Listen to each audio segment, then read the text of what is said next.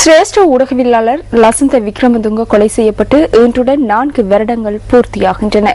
எமது நினைவை விட்டு அகலாத லசந்த விக்ரமதுங்க தொடர்பிலான நினைவலைகளை நியூஸ் ஃபர்ஸ்ட் மீட்டி பார்க்கின்றது.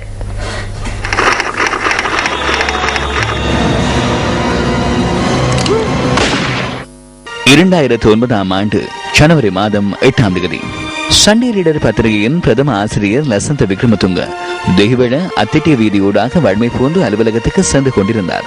காலை 10:25 ஆகும் போது ஊடக சுதந்திரம் தொடர்பில் பாரிய கேள்விக்குறியை ஏற்படுத்தும் வகையில் லசந்த விக்ரமதுங்கவின் உயிர் காவு கொள்ளப்பட்டது.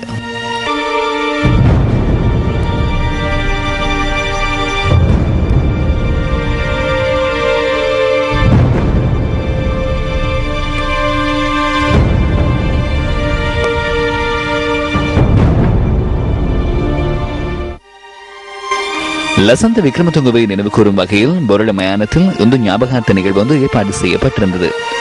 அன்னாரின் உறவினர்கள், அரசியல்வாதிகள் உள்ளிட்ட பலர் இதில் பிரசன்னமாக இருந்தனர்.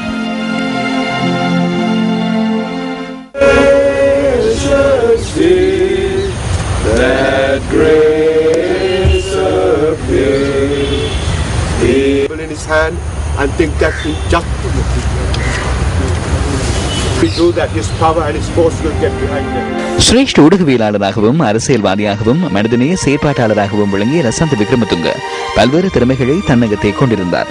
உண்மையை வெளிக்கொணரும் ஒரே நோக்கத்துடன் லசந்த சண்டே லீடர் பத்திரிகையை ஆரம்பித்தார்.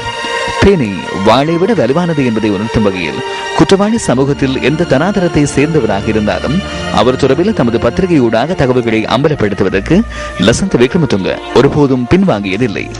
அநீதிக்கு எதிராக குரல் எழுப்பிய லசந்த விக்ரமதுங்க அனைத்து தரப்பினரையும் வியப்பில் ஆழ்த்தி ஊடகத்துறையில் புதிய பரிணாமத்தை ஏற்படுத்தினார். ஊடக வரலாற்றில் என்றுமே அழிக்க முடியாத பெயரை பொறித்த லசந்த விக்ரமதுங்கவின் நினைவுகள் என்றும் தொடரும்.